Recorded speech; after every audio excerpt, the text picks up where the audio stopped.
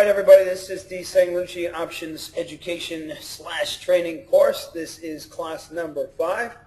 Today we are going to talk about, actually we're going to finish up our options discussion. And this is the most important part of options. And if you guys remember the past classes, just to recap what we've done thus far in options, is the more common sense approach towards options pricing.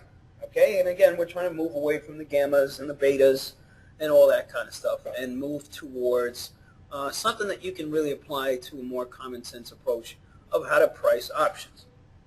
And today it's going to all make sense to you. So we're going to go through a bunch of examples and show you guys a bunch of different options chains for different stocks and go ahead and start throwing around some theories on, let's say you think X, Y, and Z stock can go here. How much can you expect to make on it? What are the times where you see an expensive option that you don't want to play? All that kind of stuff that adds to your decision whether or not you want to make the trade. But basically, you want to be able to look at an options chain very quickly. You want to be able to look at the prices of these options and say, yeah, you know what, that looks good. Or, no, you know what, this looks too expensive. I ain't messing with that. Or, no what, that's too pricey for me. So kind of how to throw all these things around in your head so you can make instant decisions. It's like, okay, if I want to go MasterCard long, but the options have ridiculous spreads on them, screw it. I throw that thing out of the window and I say, all right, if she moves, she's going to move without me. And you have to be able to say no to trades. So I want to get you guys to the point where you take a look at these options chains, you take a look at the prices, you do your quick analysis in your head, your quick math, and you say, yeah, you know what, this looks actually pretty good. And for those other ones, you just throw out the window. So that's what we are going to accomplish today. So let's go ahead and get right into this. So what do you need to do? So I'm going to take this away from, the static information here. Let's just go right into some examples on, some of the things that happened today. Now, specifically, let's go ahead and take a look at this MasterCard because, again, this is one of the stocks that I was trading today. So let's take a look at this. I was in the November 480 call, and I was in for a price of about actually, it was probably about 230. And I'm going to pull up an actual option here just so we can take a look at what it looks like. And bear with me here while I pull this up. I don't have Pete here to keep you guys occupied while I look at this crap. Okay. So let's take a look at this 480 call. Now, hopefully we get the option price for it. Yep, looks like we do. So let's go to candlesticks and let's go to a 5-day. Okay, so this is what we're looking at. Now, I was long, and let's try to pull it up right aside it here. Okay, so I was long yesterday from 475. Now, let me break this whole trade down for you. Okay, so number one, why am I going long this thing? Okay, so now what do I see? I see MasterCard all of a sudden just consolidating here. I got long right here.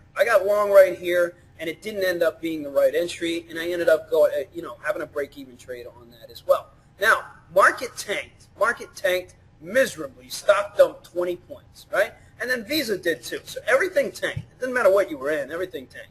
All right, and then what happened? So the stock market rallied. These ones came back to all-time high. Look at this Visa. So this one bounced from 138 all the way to 146, and this thing made all-time highs.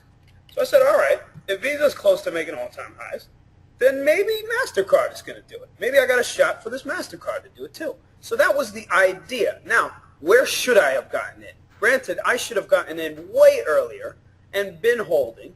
But again, sometimes we just got to be able to get in, when you can. So I started getting in right here at around 474, which was the same area that she held up over here. Now, where was the option at that time? Let's look at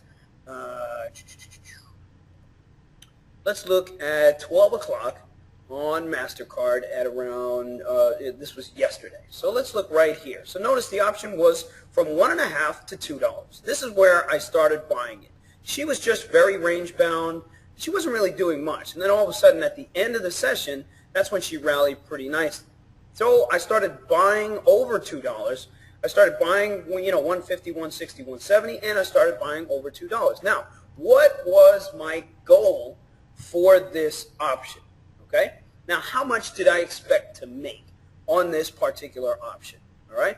And now this is where the I guess the rubber hits the road. I don't know what American people say for that saying, but whatever. Let's say tomorrow. Okay? Now notice this option just collapsed. Let's say tomorrow I think this stock is going to 485. How much money would I expect to make on a 480 call if I buy it at $1.50?